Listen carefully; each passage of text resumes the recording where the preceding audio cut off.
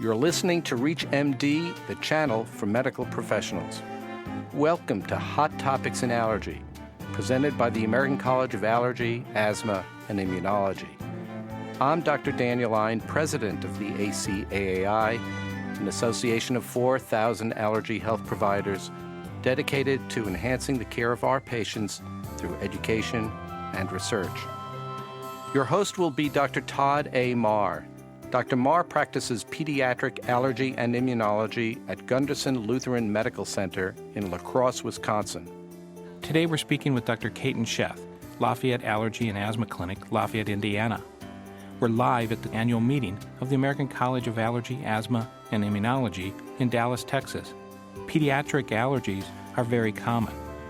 However, we haven't had studies like we've had for adults looking at how common the symptoms are and how problematic the symptoms are. That study has been released here at the college in a number of abstracts. Dr. Sheth and I are going to talk about this today. Welcome, Dr. Sheth. Well, thank you. Thanks for having me here. Pediatric allergies are very common. All of us deal with it, whether we're an allergist or a primary care provider. And we have some data that tells us about the problems associated with pediatric allergies. But here at this meeting of the American College of Allergy, Asthma, and Immunology, there's been a landmark study that has been presented in a number of abstracts. Dr. Sheth, can you tell me about pediatric allergies in America? Pediatric Allergies in America is really a landmark study. It really looks at how much allergy there really is in our kids and our pediatric patients, what it's doing to them, how it's affecting how they live, how they go to school, how it's affecting their quality of life. This is really the first study that has looked at this in a very comprehensive manner.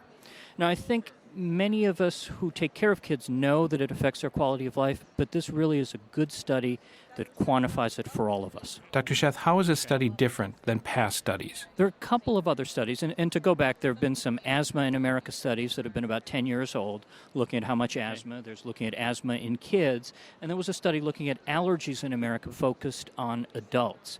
What this study is different is that it focuses on kids. So we all know that kids are very different. It affects them in a very different way than adults. And we've certainly known that from clinical practice for those of you who've taken care of patients with allergies.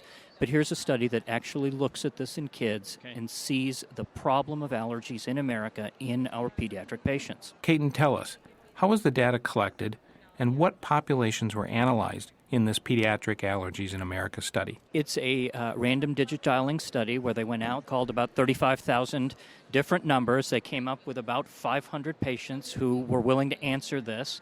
If they were 10 or above, then the kids themselves answered some of the questions, if it was okay with their parents. Otherwise, their parents asked them. They also got about 500 other patients who did not have allergies, so you're able to compare in this study the difference between those with allergies and those without. The third part that they did is they also went out and asked practitioners.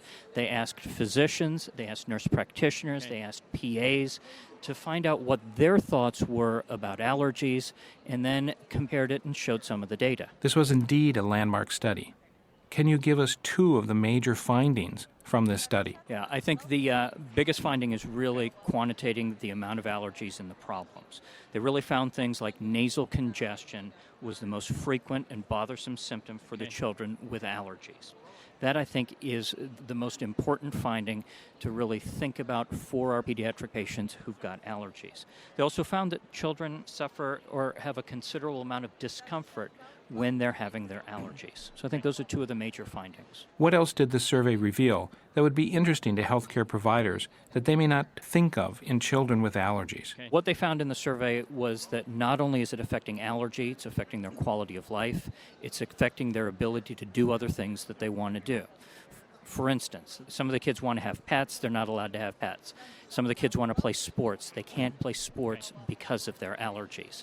And I think this is really just eye-opening information for all of us. Dr. Sheth, from the survey, what symptoms are prominent in pediatric allergies? It pointed out some of the more bothersome symptoms that the kids have. So, for instance, stuffed up nose was one of the most bothersome symptoms. Postnasal drainage was a very bothersome symptom that the children in the survey had.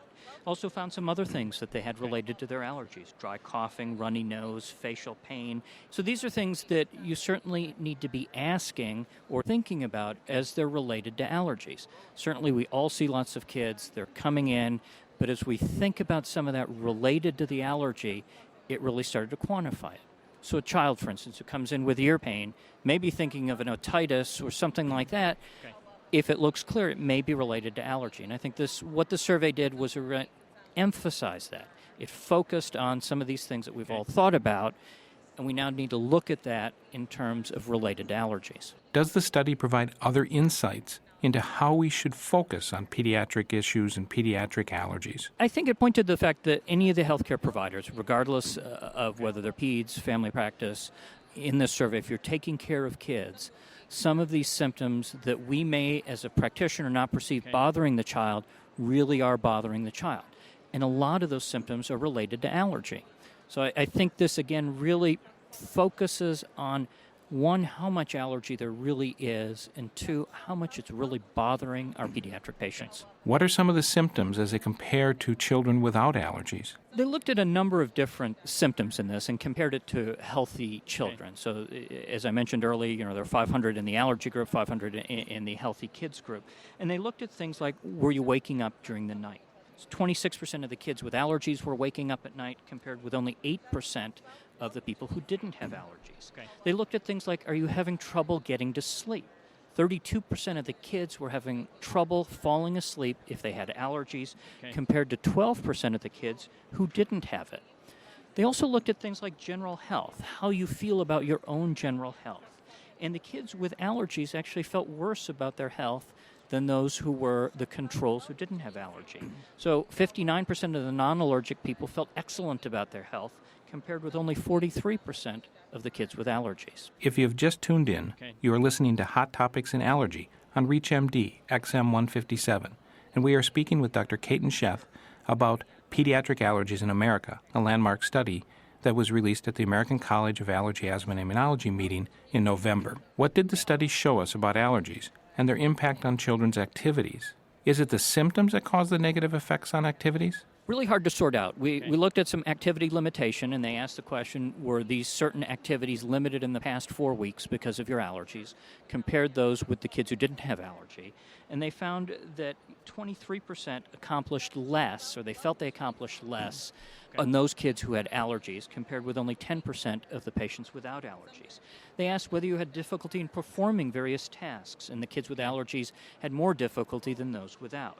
And they asked if you've been limited in how much work you were able to accomplish and the kind of work that you were doing, and it was more limited in the kids with allergies than those without. So yes, it did really affect what they could do, not just the symptoms, but what things they could do. Let's go into more detail as to what the study found. Can you give us some more findings from the pediatric allergy study? Yeah, the study looked at whether allergies are interfering with the health of these kids. So compared the kids with allergies to those without. It's affecting sleep in about 40% of the kids with allergies, compared with only about 8% of the kids who don't have allergies. Going outside to play with their friends, what we'd all hope is a normal thing for kids. 30% of the kids with allergies, it affects what they're doing, whether they're going out, compared with only about 7% of the others. Outdoor activities, again, a third of the kids are being affected if they've got allergies. In playing sports, getting out there, exercising outside, having allergies affects those kids more than the kids without allergies. Did the study look at different kinds of allergies in children? The study looked at different kinds of allergies, so it did look at seasonal or perennial, which is year-round allergy. But some of these activity limitations were not broken down based on whether it was seasonal or year-round. So the data that I just talked about activity limitation was for the kids with allergy compared with those without, not really the specific type of allergy. Did the study look at treatments of childhood allergies in any way? The study didn't look at treatments per se, but what it tried to look at is why is there some dissatisfaction. So one of the things that was looked at is why are patients not taking the medicines? And so they found that some of the medicines weren't lasting long enough. Because they were not lasting long enough, patients stopped taking it. Because they stopped taking it, their allergies became worse. and it just cycled around. So it didn't look at treatments in specific treatments, but it looked at kind of classes of medicine and found that currently what we have available is not working for the kids. Therefore, we need to be working towards better medication and better therapy for our pediatric patients. Do you think children and parents come in complaining of the negative impact of allergies or just the symptoms of allergies? Hard to really sort that out. I think for most of us in clinical practice, what we hear is that the kids are talking about their symptoms. And the real question is whether we're listening to those symptoms and putting it together with what they're limiting. And I think that that's one of the things, as you look at the survey, that we all need to be very in tune to. So a child who comes in saying, I'm having a stuffy nose, we need to perhaps go to the next question. Are you having trouble sleeping at night? Is school performance being affected because you're congested? So I think it's unusual that a child's going to come in and say, hey, I'm having a stuffy nose, I'm congested, and I'm not sleeping. They may just say, I'm having a stuffy nose. I think it's up to us as the healthcare provider to get in there, get those questions, see what they can do. After reviewing the results of the study, what should healthcare providers do? Well, I think as you start getting the information, start putting together that these kids are having trouble with their allergies, it really is affecting them, we need to be working towards getting appropriate therapy for those kids. What role in childhood allergies do parents or guardians play? I think parents are very good symptom observers, but keep in mind that for many of us who've got school-age kids, our kids are at school for 6 to 8 hours a day, so we're not watching them at that point. So listening to the child to see what's going on there is, I think, an important addition to what the parents may be reporting. Dr. Sheth, patients are using current medications, but there are issues with perceptions of these medications as to their efficacy and side effects. What did this study show us? Many of the patients were very happy with the medicines, but there was a large minority of the patients who were dissatisfied with what was going on. And there were a couple areas where that didn't work, or the medicine didn't work for them. One is that it seemed to wear off fairly quickly, so it didn't last for a full 24 hours. Because the medicine wore off early, they stopped taking it. When they stopped taking it, the symptoms continued to get worse. So that was really a concern that many of the parents had, was that the medicine wore off before the 24 hours. There was another group that were concerned about its lack of effectiveness, so it just didn't work. So what this says is that we really need to be looking forward to more medicines that, one, last a full 24 hours for the kids, and two, medications that are really going to be effective for the treatment of allergic rhinitis. Dr. Sheth, it's been a pleasure to discuss this topic with you. Thank you for listening to Hot Topics in Allergy on ReachMD, the channel for medical professionals. This show has been presented by the American College of Allergy, Asthma, and Immunology. For more information on the ACAAI, please visit www.acaai.org.